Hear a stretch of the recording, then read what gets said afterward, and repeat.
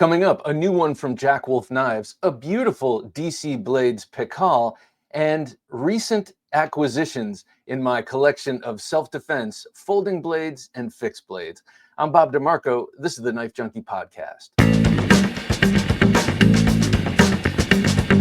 Welcome to the Knife Junkie podcast, your weekly dose of knife news and information about knives and knife collecting. Here's your host, Bob the Knife Junkie DeMarco. Welcome back to the show. One of my favorite comments from this past week was from frequent Thursday Night Knives contributor Pete Davidson. He says, I tend to have a squire follow me around with a brass-bound buggery box containing that day's blade of choice. Belt or pocket carry is for the normals. We say normies here. For we are knife junkies. Oink. And I appreciate that. Pete hails from down under. So normals, I guess, is how they say normies. But really, it's the message that comes through. I was talking about how to carry your fixed blades last week, and he suggested just hiring a caddy or maybe some sort of indentured situation, where you can pay him or her in knives as they carry around your brass-bound buggery box. Next comment was from MS Cole 23 Loves the Sea, and she says, thanks for another great show, Bob. Love that 2025 Boker collectible. I doubt I'm the only woman that watches your show, but I think that would make a great Valentine's gift from my husband, not for. And Cole, I will tell Joseph and pass it along. Drop that hint. Maybe I can make some headway on that effort. We all want to get a nice knife for Valentine's Day. That is in a couple of days. We here in the DeMarco household have different plans, which takes off some of that pressure to find, that special gift for Valentine's Day. But if you're looking for one, the 2025 Boker collectible, I'm hearing, is a good choice. All right, that said, time to get to a pocket check. What's in his pocket? Let's find out. Here's the Knife Junkie with his pocket check of knives. In my front right pocket today, the venerable Microtech Stitch. This beautiful one has the aluminum handles. You can get this for the same cost with aluminum handles or G10 handles. And they have that contoured and fluted texture. But I love this knife. This is also M390 blade steel, by the way. I love this knife. And I was resistant to it for a long time because I would look at it in pictures and think, oh, that blade to handle ratio, it just sticks in my craw. It's just not quite... that choil is too blah, blah, blah. And then someone loaned me a switchblade version of this, and I fell in love with it. So as soon as it was released as a, what do they call this? Ram lock edition. Ram lock is their version of the crossbar lock. It is different from a normal crossbar lock in that it uses a coil spring. Oh, it's dusty in there. Instead of two Omega springs, and kind of a block instead of a bar. But anyway, when this one came out, I jumped on it. I really love this knife and love carrying it. It's a bigger knife. It's a little bit chunky, but it rides real nicely, and that aluminum is great. I do caution you about carrying aluminum and full titanium handles in the very, very cold winter. Just because it can be cold on your hands. And that doesn't sound like a tough knife junkie, so I'll just pretend I didn't say that. Something I love about Microtech are their serrations. The peaks of the serrations are always proud of the edge, which I like. It's not like they carve those serrations once the edge is created. They kind of do it in reverse so that you get serrations that really kind of reach out beyond the edge. Really excellent knife. I love this one. I used it to package up a couple of boxes that were going out with knives. A great knife for that. Next, I had one I haven't carried in a while in my front right pocket. Well, this one has such a stiff spring. This is the Gitano from Lionsteel and Goody von Poppels. And if you don't know who that is, he is an amazing knife maker from Denmark. What kind of name is Goody von Poppels? I can't remember. I think he's from, I don't remember where he's from, somewhere in Northern Europe, but he creates incredible custom folders. The Gitano is one that he does in a folding, flipping, locking version, and in slip joint versions, and others similar to this, kind of modern takes on older European knives. In this case, sort of a Navaja style Spanish knife. And this is one that I was very excited to have and to carry when it first came out, and just hadn't carried it in a while. So I popped this in the pocket, thinking it might be a steak knife for an outing that I went on with my wife last night. So it just kind of stayed in the pocket today. Pocket clip is awesome on this, and the tough spring on this is great. What kind of steel, you ask? I cannot remember, so I will look. Nylox, that's right, Nylox. A steel, I'm not so sure what's up with Nylox steel, but it doesn't matter to me. It's sharp and it keeps a pretty good edge for what I use it for. And I love the olive wood handle. I've in my older years have gotten to really appreciate wood on knife handles. I just like it. Whereas before I was all about the G10, and I found carbon fiber exciting for a little while. But yeah, if you got the wood on the handle of the blade, I will take it. All right, next in my waistband, right up in the appendix, was another one I haven't really carried in a little while. This is the Kopis Designs L-Via. This is a design collaboration with Ed Calderon and his famous L-Via style knife, the fruit style knife he kind of made famous. Be carried tip down edge in with that spine curve on the handle, so that the blade reaches out in such a way that if you're back fisting or throwing out that blade, the point goes where you want it to, accounting for the curvature of the wrist, the elbow, the shoulder, etc. This one beautifully Sukamaki wrapped by Bright for War knives. If you don't follow Bright for War, his stuff, Josh Mason, his stuff is amazing. He does amazing stuff. I have one of his Quakens, another knife I very rarely carry. That's most of my collection. When you get to the point where you have a ridiculously sprawling collection, you don't carry them all that frequently. But you have them, you possess them, and that's the important part. Peaks and valleys on this really capture the hand. Really, you can bury the fat of your palm in there. Your fingers land in those little valleys. And here we have a purple dyed genuine ray skin. So really, really excellent version of the L-Via. I see a lot of different L-Vias, and I love what people do with the handles. Sometimes they're very utilitarianly wrapped with hockey tape or medical tape or whatever. Sometimes you'll see fancy wraps like this, but I love how people do it up, because these knives are 154 cm blade steel, but a very inexpensive injection molded handle. And so to see how people enhance the grip and also just the look is always exciting. Carry this with an Ulti clip. I don't have too many Ulti clips. I'm not as big a fan of the Ulti clip as I am the discrete carry concepts clips, but this definitely works for this. My emotional support knife today, my ESK, was the TiLite from Cold Steel. This TiLite, I got kind of late in the game. I had the wavy bladed Chris for a while. I still have that one, but my point is, I've had the 4-inch version of this knife forever, but never got the 6-inch. I was very interested in getting the 6-inch, never got off my duff to get it. And then I found myself at Willie Knife Shop in Delaware on a trip last summer. We had the Willies on the show. Great people, a great knife shop in an unexpected spot for me. It's a sort of a rural environment, very, very beautiful part of Delaware. And lo and behold, like a mirage popping up on the horizon was this cool little knife shop. Go in there, meet them, feel compelled to buy something. And this is what I got. And I'm really happy I have this in the collection.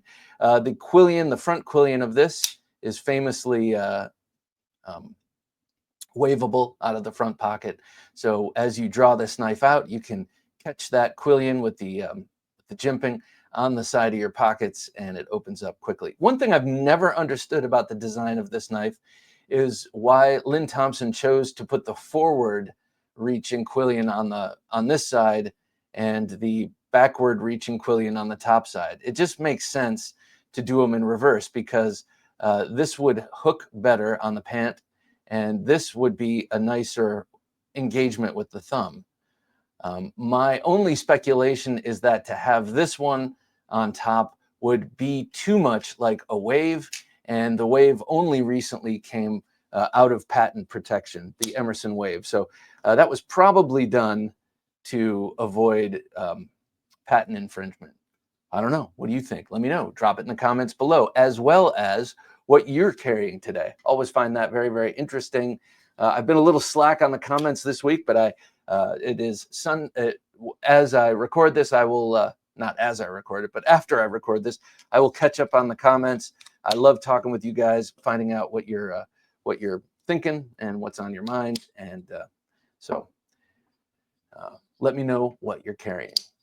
Before I get to Knife Life news, I just wanted to say I was watching reruns of Forged in Fire, surprise, surprise, with my wife a couple nights ago on the Vice network. If you're not familiar, Vice is a cable network, and they have commercials. And I saw the coolest thing.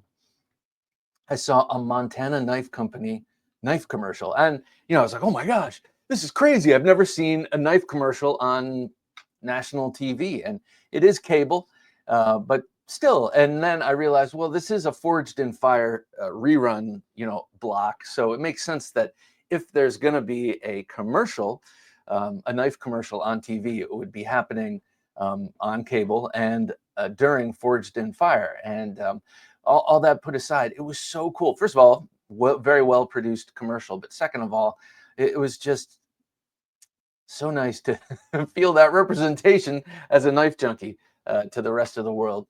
Montana Knife Company apparently is burning it up, as you can tell from the commercial, and also they're just doing very well. I don't see too many of their knives reviewed, but I know that they're getting a lot of use because that company is really, really growing quite fast.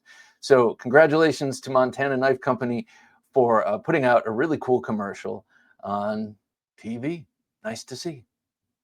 All right, before we get to Knife Life news, I'd like to urge you to help support the show. A very good way of doing that is to share the show with a like-minded friend, or even a Knife Junkie adjacent friend. You might just push them over the edge and get them to love knives this way. Also, you can download the show to your favorite podcast app and listen on the go, like when you're trying to get to work. Or you can go to Patreon and support the show in a monetary type way. Quickest way to do that is to scan the QR code on the screen or go to TheKnifeJunkie.com/Patreon. Again, that's TheKnifeJunkie.com/Patreon.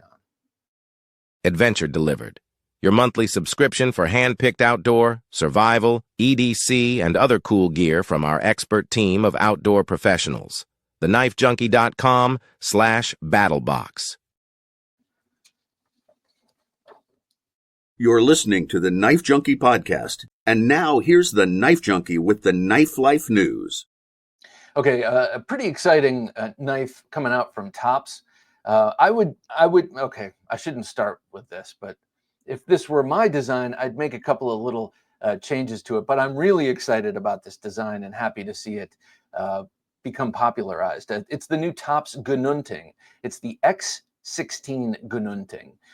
Ginunting is a knife I talk about a lot here. It's a short sword used a lot in Pakiti Tertia Kali, and in the Philippines. The Filipino Special Marines carry these things and use them with great effect.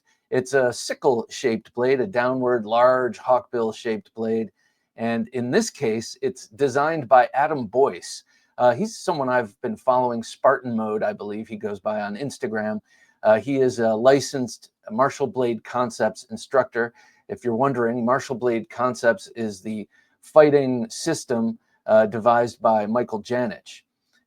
And so Adam Boyce designed this. It's a 2-foot long overall with a 15 3/4 inch 1095 blade with that black traction coating we know and love from Tops.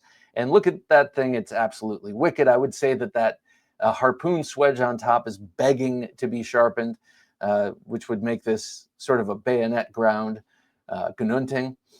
Modernized version of the sword used by the Special Filipino Marines, Pikiti Tertia Kali. These are my notes, sorry. But great and intended for outdoor bush chopping. It is a 2-pound knife, so pretty hefty. Comes with a Kydex sheath, and originally this thing was designed, and it has that dangler that you see on the modern Gladius, by the way. Note how the sheath has no grommets on the back, so this is going to be the kind that sort of slips in from the side due to that long curve. Adam Boyce originally designed this for Knife and Death competition. Remember that cutting sports show? It was a spin-off of Forged in Fire. Adam Boyce was an alternative contestant on one of the shows who did not compete, but he had a knife just like this designed. This is available now. Now, what would you change, Bob? I got to say, I would make, well, the blade is beautiful. I guess I would make it a little more slender, so it's a little lighter, though I haven't hefted this. I don't know how it feels. But the one thing I would actually change is I would make a larger pommel. Here's my Ginunting right here. And traditionally, Ginuntings have a much bigger pommel that really, if you're doing a lot of swinging, which presumably you will be for clearing brush with this, you want to come up against something that really nestles in your hand and kind of wraps around your pinky. All the Filipino swords on my wall and most of the ones that you can look up and find have that sort of wrapping pommel. And it's an insurance. Here's one right here too. It's just an insurance that the knife isn't going to come out of your hand with extended swinging and chopping. So that's, and also for me, it's an aesthetic thing. I think those pommels just look cool. So that's what I would have added. But it's not my knife. It's Adam Boyce's. And thank you for bringing a Ginunting to the general public. Very, very cool design. And thank you, Tops, for always being courageous with the kind of designs you take on. Okay, next up, this one's interesting. This is from Kizer Knives and bladesmith Bradley Diaz. This one is called The Tomb. The Tomb, it's a very unique looking knife, and it is a take on the very traditional coffin-shaped handle, but it's kind of reversed. The coffin-shaped handle, seen most frequently on Bowie knives, where it's sort of an even swell towards a drop in the back. Well, they've reversed it and have it really looks like a coffin when it's shut. Okay, so this is, as you can see in this guy's hand here. So the portion that is up by the ricasso is usually at the pommel. It widens out to handle centrifugal force when you're Bowie knife fighting. This is obviously not a fighting knife. It's an EDC. So that shape doesn't, the fact that it tapers towards the pommel isn't a huge issue. But it's a pretty cool looking knife, I gotta say. So it is called The Tomb. So really, really vibing on the coffin shape here. It's Nitro V blade steel. That's a 3.2-inch Nitro V, full flat ground drop point. It's got an extended run of jimping that comes all the way from the break of the handle towards about halfway down the blade. And that reorientation 180 degrees with the button lock and the front flipper. So that front flipper is very easily accessed by reorienting the shape of the blade, of the handle. So pretty interesting. Comes in wood, Ultem, aluminum, and G10 Damascus, which is sort of that swirly black and blue Damascus. And then if you look here at this picture with the top scale taken off, you can see the liners have a lot of weight relief cuts, but those weight relief cuts look like bones and a skeleton. So kind of a cool little Easter egg. When you disassemble the knife, you take that coffin lid off and you see the skeleton within. This is available now, so all you Kizer nuts, time to go get one. All right, next, another Elementum. Okay, I joke about how the Elementum is Civivi's version of the Boker Burnley Quaken, where they just kind of reiterate the knife over and over and over in different forms. I'm surprised it took so long for them to come out in the 5th year of the Elementum being a thing. They finally came out with a slip joint version. Looks pretty nice. This comes with a 2.96-inch 14C 28N blade, hollow ground as usual, so you're going to get a really, really sharp and thin behind the edge knife. I believe there's only one Elementum that's not hollow ground, and I think that's the large button lock version, the first of the button locks that they put out, where you needed the button to open it. This will also come in the requisite Damascus, as they always kind of do. Two-handed opener, and you're using that nail nick there. This is not a double detent slip joint. This is a genuine sort of slip joint with but a modern one, in that it doesn't stop with a kick at the ricasso. It stops with a pin on the inside of the handle, a stop pin on the inside of the handle. So that does allow you to have a little bit of a finger choil there. This one is coming in a cool new material besides the G10, and I think they'll have carbon fiber with the Damascus. That's their usual recipe. But this one you see on screen is a beautiful blue ocean resin, and I think it looks really cool. I think it's beautiful. It looks kind of like a view of the ocean from space, and I approve. Fully ambidextrous, and it has a reversible pocket clip. This one is coming at the end of February. All right, this last little story here is about an actor I love, but I hate it when actors I love kind of talk about things other than acting. This is from the great Idris Elba, who is not only a great actor. I first came to know him when he played Stringer on The Wire. Man, he's so good, and I was shocked to find out he's British, because he spoke like a Baltimore gangster very, very well. He's also an accomplished Muay Thai kickboxer and competitor. So he's no lightweight, pun intended. But he has chimed in on knives in Great Britain. Of course, he has more skin in the game as he is British, and he has a new documentary coming up on knife crime in Great Britain. But anyway, this is from a New York Post article. Idris Elba suggests kitchen knives to be blunted, others banned to prevent stabbings in the UK. So I'm just going to read this little clip from Knife Magazine from the New York Post via Knife Magazine. Quote, actor Idris Elba announced amid his forthcoming knife crime documentary that the United Kingdom must consider, quote unquote, innovative prevention methods such as blunting or banning knives.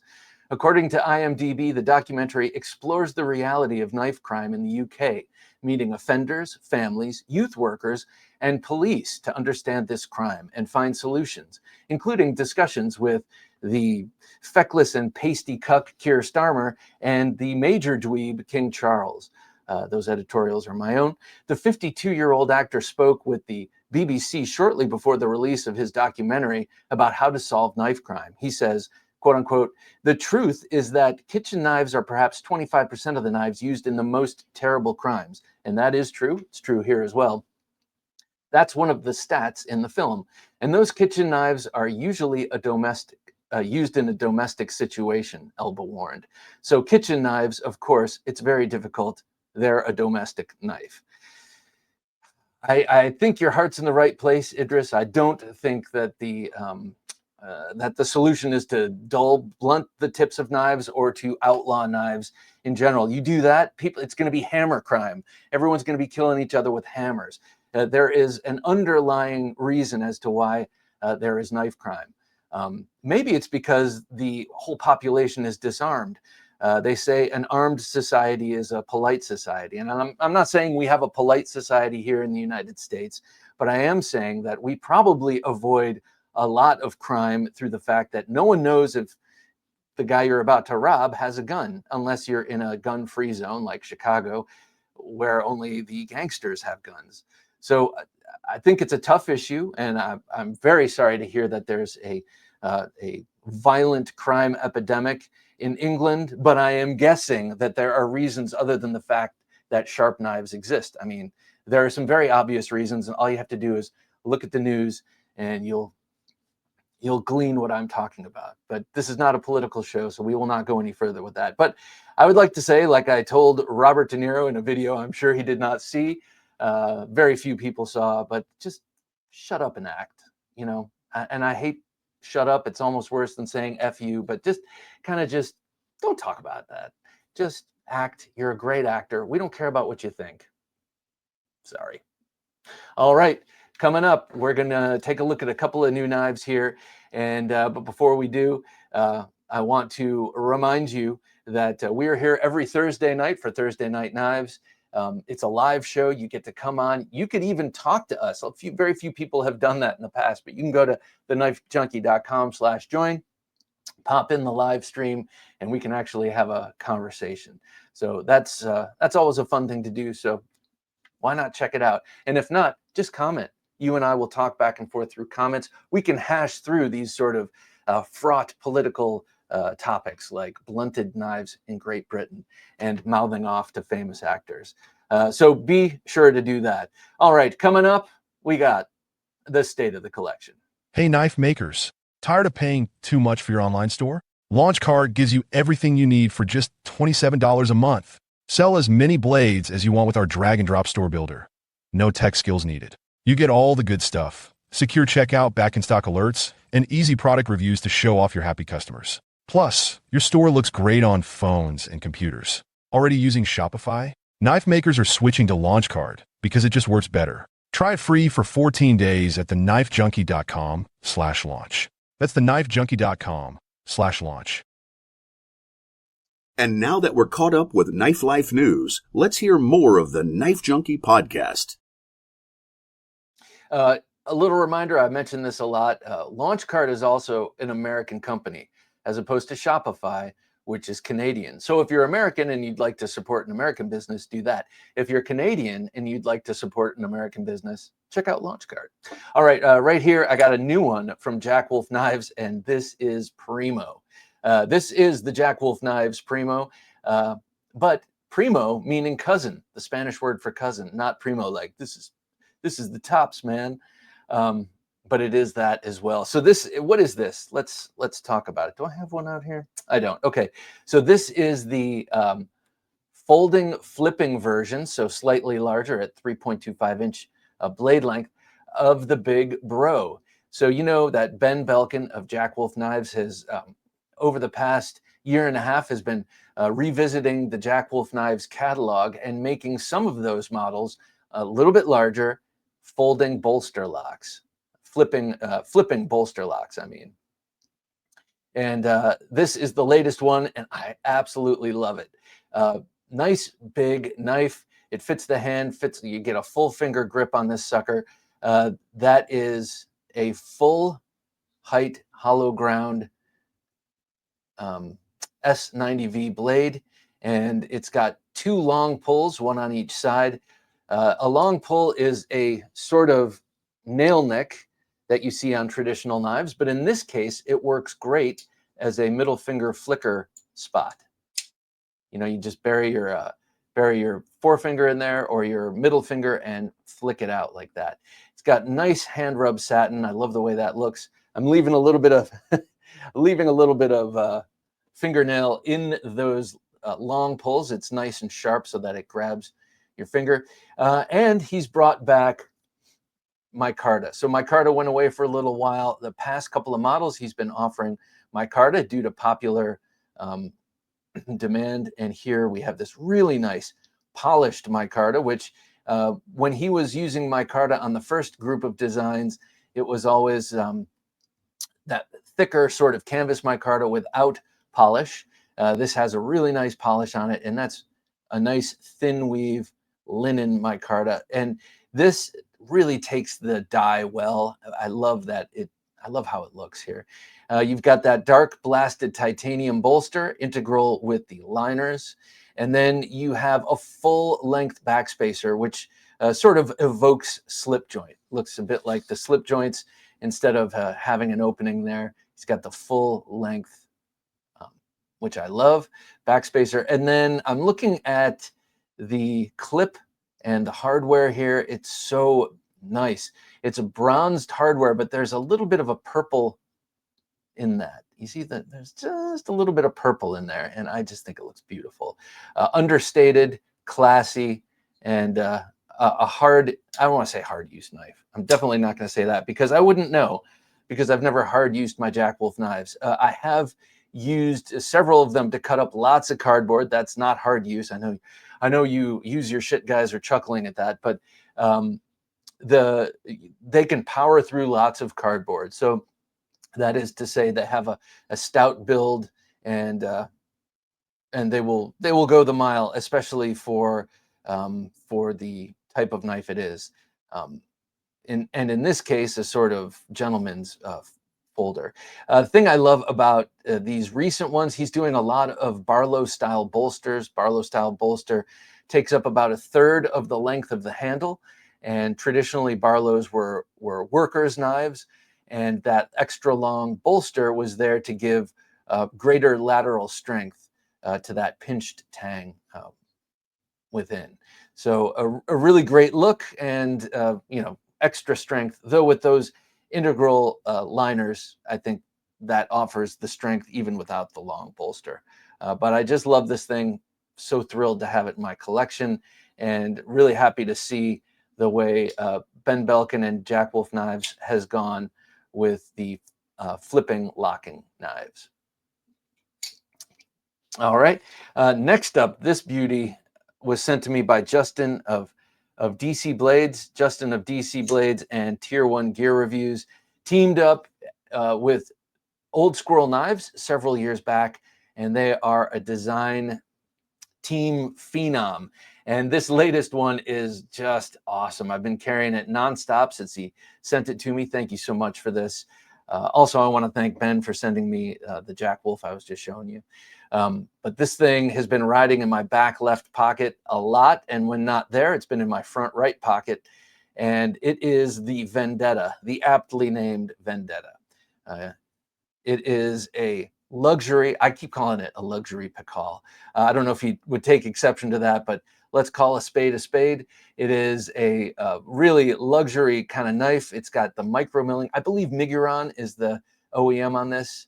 I might be mistaken. But it's got beautiful micro milling in the titanium frame lock here, and it's got this incredible silver foil carbon fiber inlaid, not only on the show side, but on the lock side, which, I really appreciate.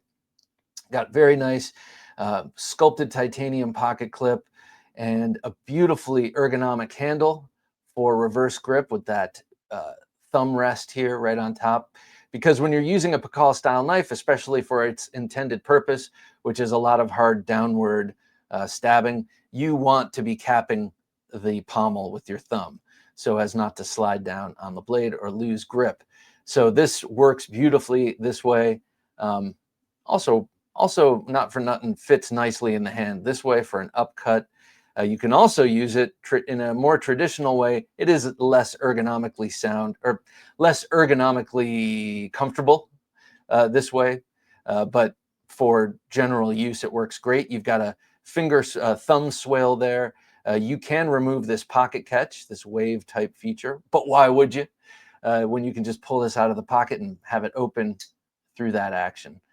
Really awesome. Did I mention this 3-inch hawkbill blade is M390 blade steel? I don't think I did. M390. It's just beautiful to look at, and reminds me kind of a raven's beak. Let me show you there's their maker's mark, their logo right there, DC Blades. Sort of a demon skull, not an understated logo, demon skull type thing. Very cool. A reversible pocket clip, available at dcblades.net, and also an awesome front flipper, you'd say, if I could do it. There you go. Since I prefer front flipping with my forefinger, this one works awesome. Let's see how it is on reverse. I mean, not reverse, but with the thumb, it's okay. I'm just not great with a thumb flip, especially with my left hand. Go check it out. DC Blades Vendetta. All right, we're going to talk about some self-defense folding knives here in a second, folding and fixed blade knives.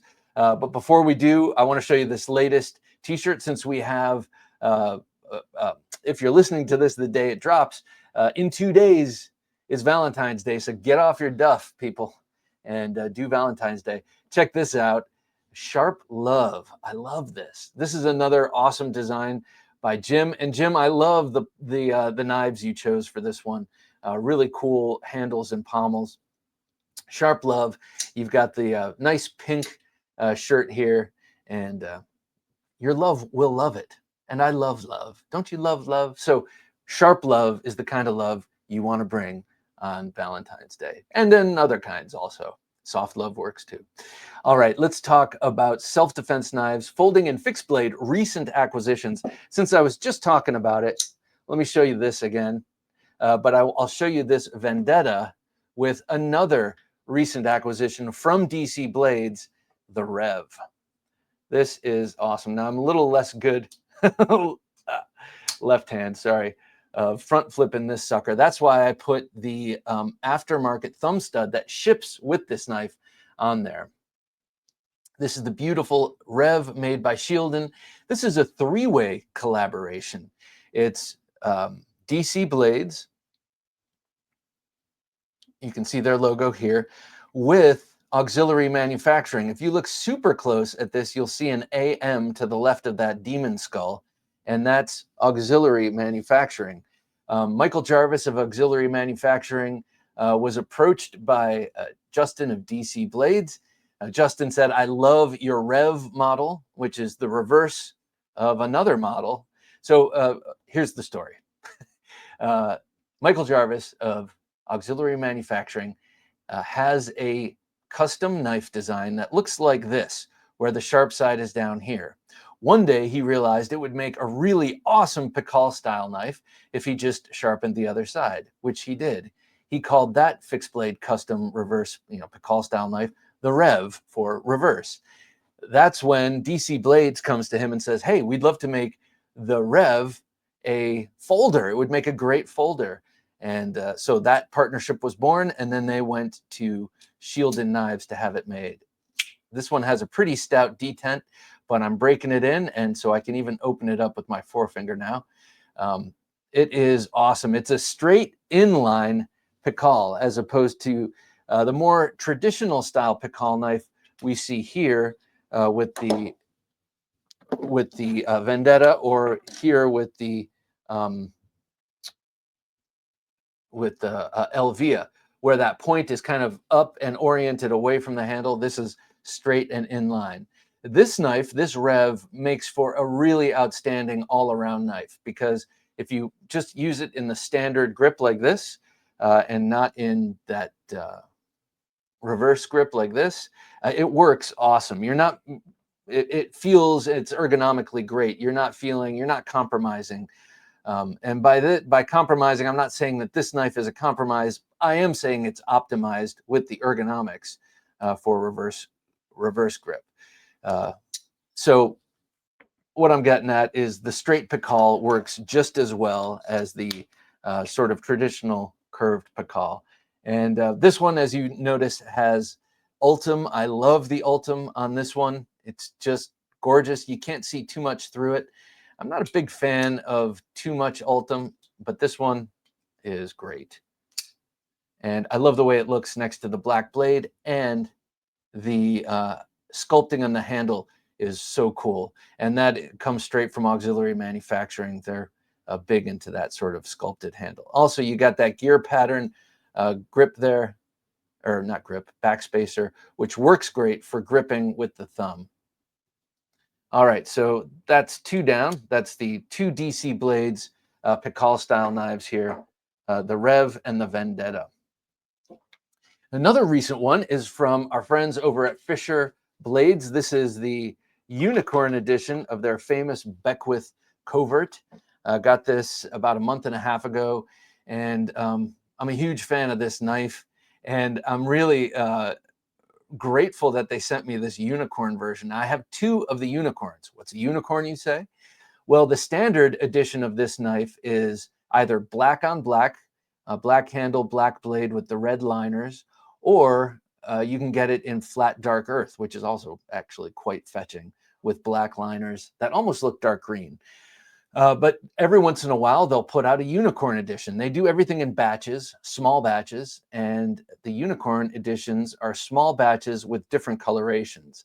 This one came out during the holidays, so it came out in December, right before Christmas, and the gold and red with the black liners. To me, I'm not sure if they intended this, but is very holiday. It says very holiday without going red and green and just going over the top. Gold is a color we see a lot during the holiday season, and then matched up with that bright red. I love this. I don't really carry my two unicorn editions. The other one has a gunmetal gray handle with white liners and black handles. I'm kind of a little precious with these.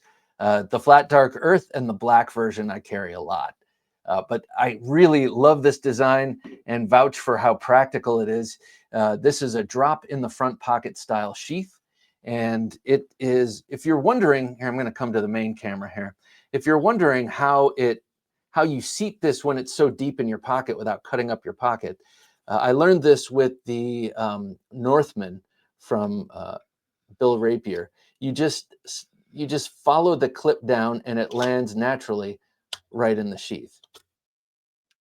Now, this is an everyday defense knife, not an EDC knife. You ask the Fisher brothers about this knife, and they will tell you, yeah, you can open up boxes, you can use this as an EDC knife, but really it's an everyday defensive knife. That's its main purpose. And you can see sitting in the sheath, if you orient the sheath exactly north to south, the handle cants off just a little bit to the right. That's so that you can draw this when you're folded in half, because someone who knows wrestling or jiu-jitsu has you on the ground and is trying to kill you that way. This makes the blade more easy to access, and it won't get hung up on your hip. Very great design, really excellent ergonomics in hand, inspired by the American Tonto, obviously, and also the Delica with that forward thumb notch there, or thumb rest. Love this knife. And this red and gold version is a gaudy sort of version of it. For when you're feeling spicy, you might want to carry that one. Okay, so another one I got recently. This is a re-release from Emerson Knives. This is a knife that I was trying to get my hands on for years, and for a long time it was hard to get, and then it went away. You know, Emerson Knives also used to do things more batch-oriented when their capacity was smaller. They would work on the Commander for a while, and then they would work on the CQC7 for a while. Well, now they have a much bigger setup years later, and they can do more knives at once. This is a one that I'm so happy to see them pull out of mothballs. This is the P-Tac, the Emerson P-Tac. Now, this is their current version of what was once called the Persian. So this one just came out about a year ago in re-release, and no, what am I talking about? Much less. This came out in November 2024, and I jumped all over it. I didn't know about it until I saw Scab's video on it, where he announced it, and I jumped on it. Love this thing. Didn't jump on it literally. That would be quite painful. That's a 4.2 inch blade, 154 cm, chisel V ground and chisel edged. And then you have this nice generous handle, sort of a pistol grip handle, where you can kind of be right up on the blade for a sort of Filipino style cut or grip, or you can come further back and put this part of the pommel in the palm of your hand, and you get not only reach, but you get some kinetic backing with the palm in that pistol grip. I'm a big fan of this knife, though. With all Emerson knives, I had to take some fine sandpaper to the super grippy G10 under the pocket clip, so it doesn't shred my pants when I take it in and out of the pants. Yes, you will also notice this is one of the few waveless Emerson models. They're becoming more and more common, but still they are. I only have one other knife in my Emerson collection that doesn't have a wave, and that's the Tim Kennedy folder. I love this thing. I think it would look cool with the and be useful with the wave. And if that's how you feel, look for the Hatin. The Hatin is also an upswept, albeit slightly smaller Persian style blade with a different handle. But that one has a wave. Love this thing. All right, this next one was from a haul of knives that I bought from the great and powerful Dirk Pinkerton, who was looking to downsize his massive collection. And man, I really lucked into this one. This is the Cuda Maxx 5.5, designed by the late, great Daryl Ralph. Just an outstandingly beautiful knife. Lots of different large folders he made. I said that kind of like Yoda. Daryl Ralph designed a lot of large, cool, aggressive folders, tactical folders. One that was made famous in, and I can't remember the name of it now, but in the first Expendables movie, Jay Stay, that's what I call Jason Statham. I love that guy. I love that guy. Jason Statham carried a big folding, damn, I can't remember what it's called now, but it was a big Tanto, and he roughed up some dude with it in the beginning on the basketball court. But this one, I was so excited and grateful to see that Dirk he was willing to relinquish. This one, a beautiful long Bowie blade. It reminds me a bit of the Hell's Bells or one of the Bagwell style fighting Bowies that remains slender on the length of it with a nice long swedge. This one, double Quillians. I love the Quillians. They face forward, so allow your thumb to back up against it like this. A tip down only design, one of the few tip down only designs that I will tolerate. Now, it would make a great waveable knife. And apparently, Daryl Ralph was aware of that. Not apparently. I have this on good word from Dirk Pinkerton, who was good friends with Daryl Ralph, who was a mentor to him. And he was aware that if he had mounted the clip on the other way and made it tip up, you could easily wave this out of the pocket. But he did not want to get into, patent issues with Ernest Emerson, so he kept it up here. I know for a while, Dirk, he's not doing it now, but Dirk would do mods where he would mount the clip on the tail end, which is cool. Now, if you want to have this knife and wave it, you just drop it in the pocket this way. It's tall enough with a 5.5-inch blade. It's tall enough that it'll orient itself north to south and stay that way in your pocket. You just draw it out. The one caveat to that is this is no longer in print. It hasn't been for a long time, so you're going to have a hard time finding one of these. And if you do find it, it's going to be very expensive. We're talking like $500. So, I mean, I have seen it recently on Arizona Custom Knives for that. Great knife. Really, like I said, I totally lucked into this. You know how they say you can sort of create your own luck?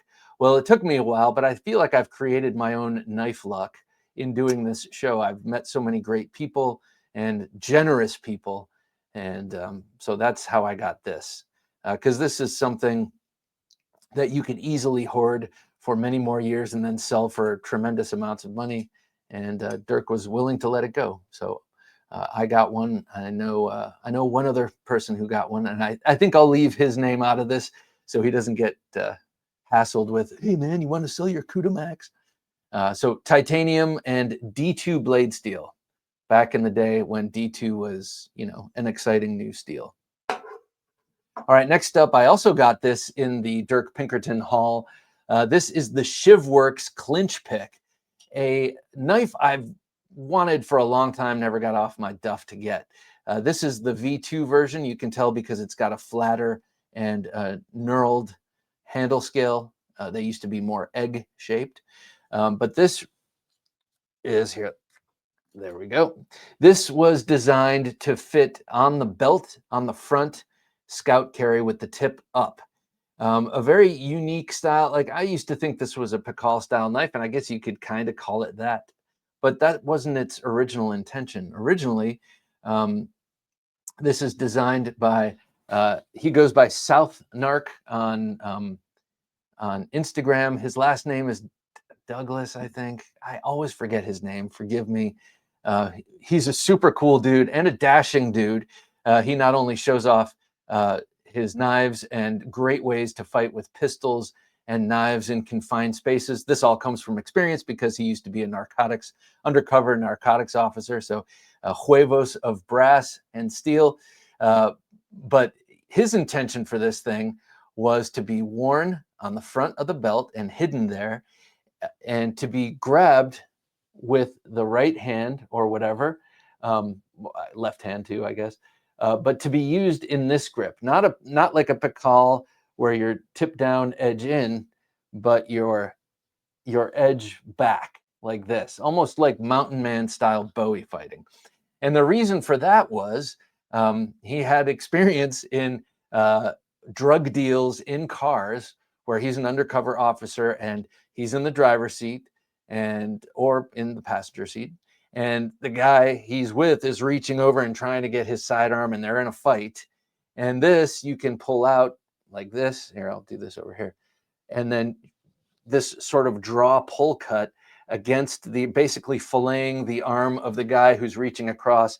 And so he found that to be a need, which, man, thank God there are people like that. Thank God I do not run into those kind of situations. But this knife was designed out of a need to extricate himself from in-car grappling situations.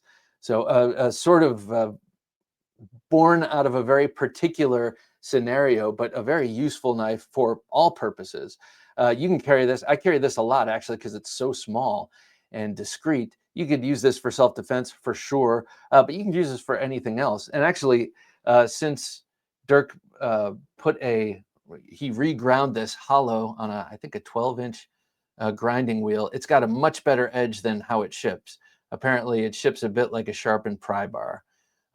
But here, there's the ShivWorks logo. Such a cool knife.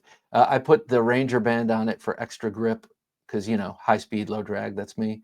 And it's got a great sheath. You use the belt loop and it just kind of disappears on your belt. You can still buy these ShivWorks Clinch Picks. You just go to, I think, shivworks.com. You can find them there, as well as a couple of other knives and TKell style things. Okay, so the next knife is sort of a suite of knives I'm going to show.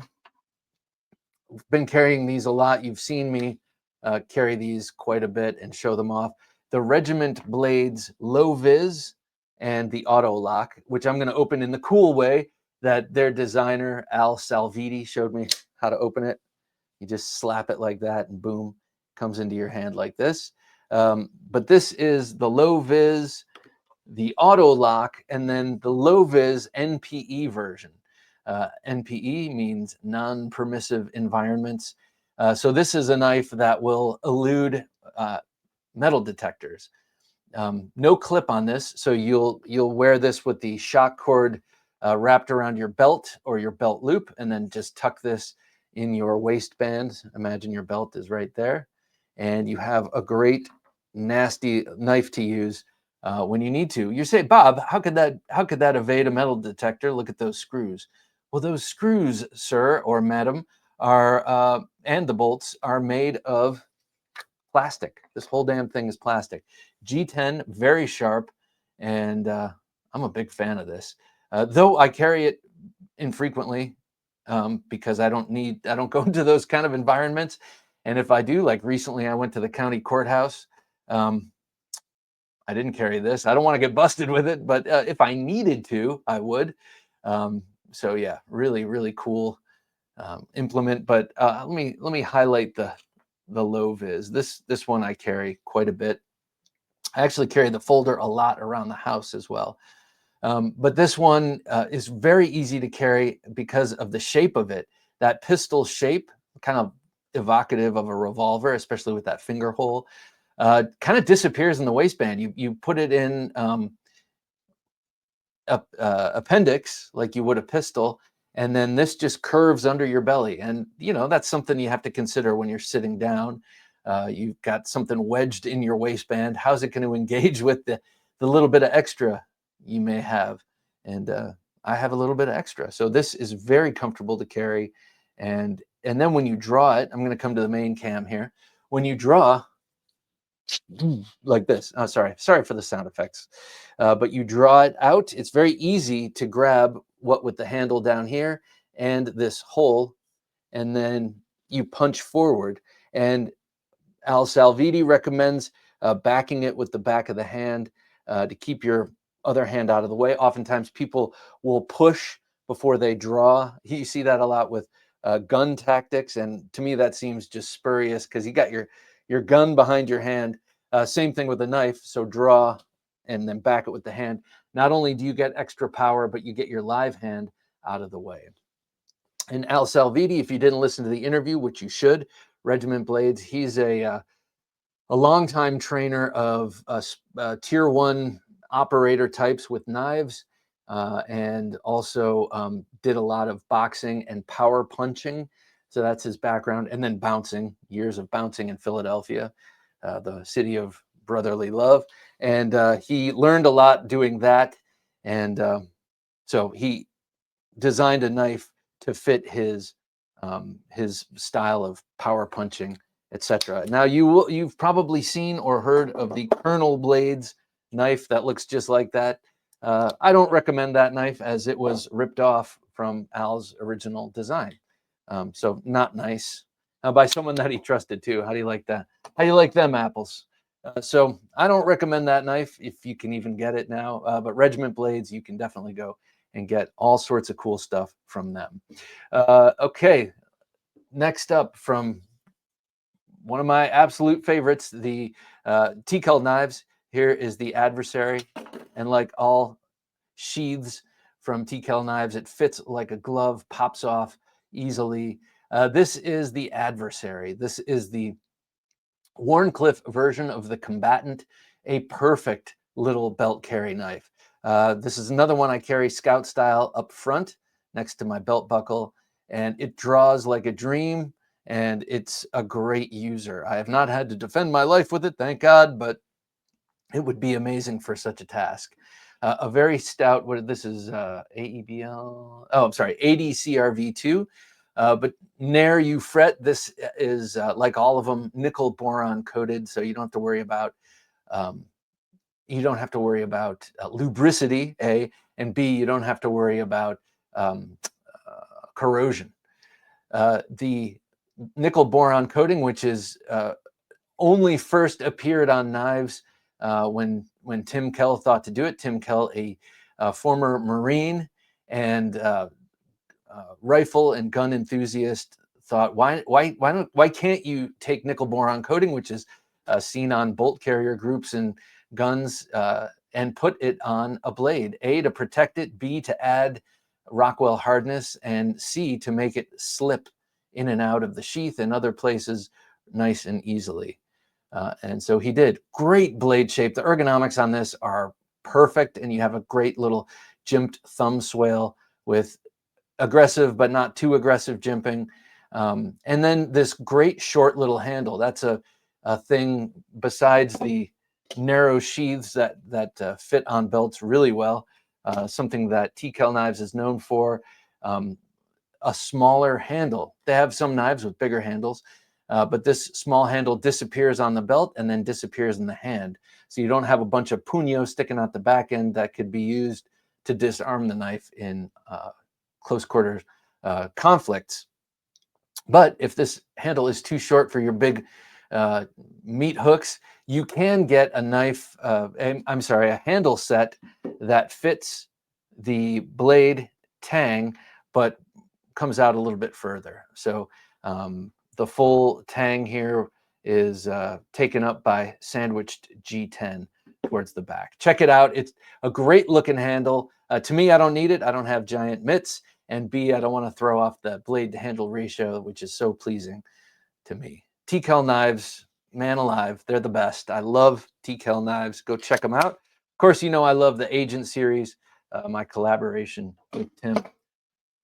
But I love all the other knives too, and I'm looking to get a mercenary and a sapper. All right, two more here. This next one, you know, I've been talking about a lot lately.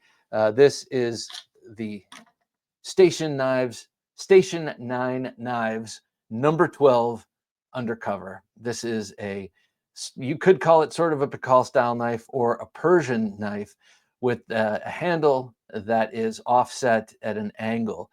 So putting that tip down a little bit lower than you would expect from an upswept Persian blade. You got incredible belly on the main cutting edge, and then wicked serrations, chisel ground serrations on the back.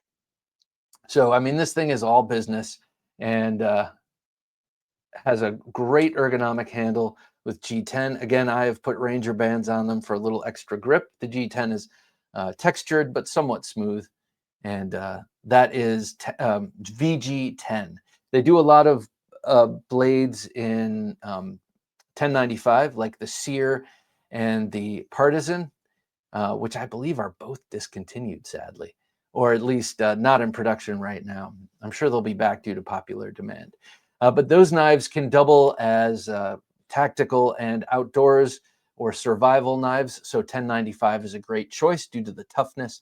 But this is all self-defense all day long. This will be frequently riding in the waistband or another like place and close to the body. So VG10 with its easy to sharpen nature, good edge holding, but most importantly, corrosion resistance is a great choice for this gorgeous, gorgeous knife. I love this thing.